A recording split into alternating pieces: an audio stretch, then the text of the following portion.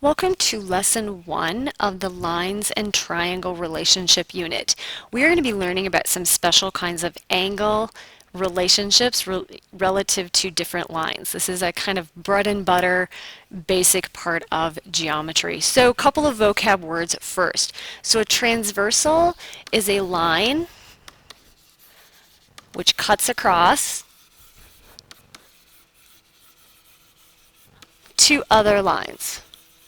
This is going to become most interesting when those other lines are parallel, as you'll see in a few minutes. When that transversal cuts across those other two lines, there are 4 different angle pairs formed. First one are called corresponding angles, and they are in the same position relative to the lines and the transversal. So what do I mean about that? So if M and P are my two lines and R in the red is my transversal, the same position would be 2 and 4. They are both to the right and above. So for example, angle 2 and angle 4.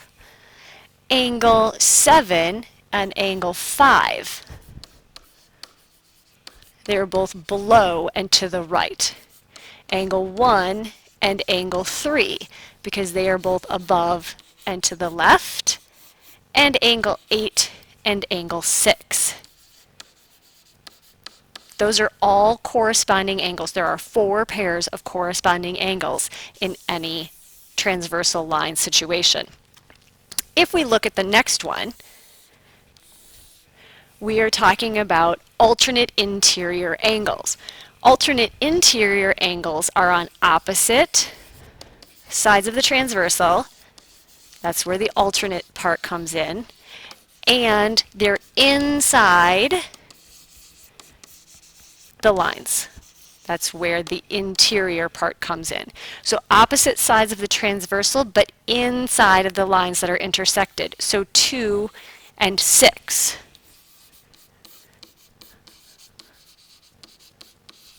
Or 7 and 3. 2 pairs of alternate interior angles. If we start over and we look at the next set of angle pairs, which are alternate exterior, alternate, they're going to be on opposite sides again. Exterior, this time they're going to be outside the lines. So we have opposite sides of the transversal and outside the intersected lines. So what are our examples this time? So opposite sides, so above and below, the way my picture is here, but outside, so I'm looking at 1 and 5. Or I'm looking at 8 and 4. Now, same side interior is going to be a little bit different. But again, the definition, the name of the angles will tell you exactly what they are. We are on the same side of the transversal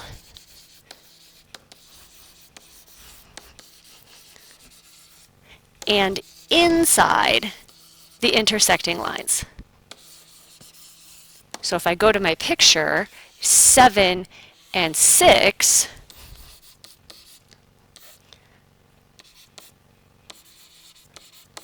or 2 and 3 are both on the same side of the transversal, so 7 and 6 are both below and inside those parallel lines. Now, one of the keys to this page is that you need 3 lines to form these pairs. Okay, so you need the lines to be intersected and you need that transversal. So that's going to be helpful in making sure you don't make a mistake with these, because linear pairs and vertical angles they only need 2 lines to form. So if you remember a linear pair or a line pair, I need this line and I need this line, and I have a set of linear pair right there, or I have a set of linear pair right there. I don't need that over there. In the same way, vertical angles, I only need 2 lines to form. So if these are my intersecting lines again, and my transversal, I have vertical angles here and here, I have vertical angles here and here.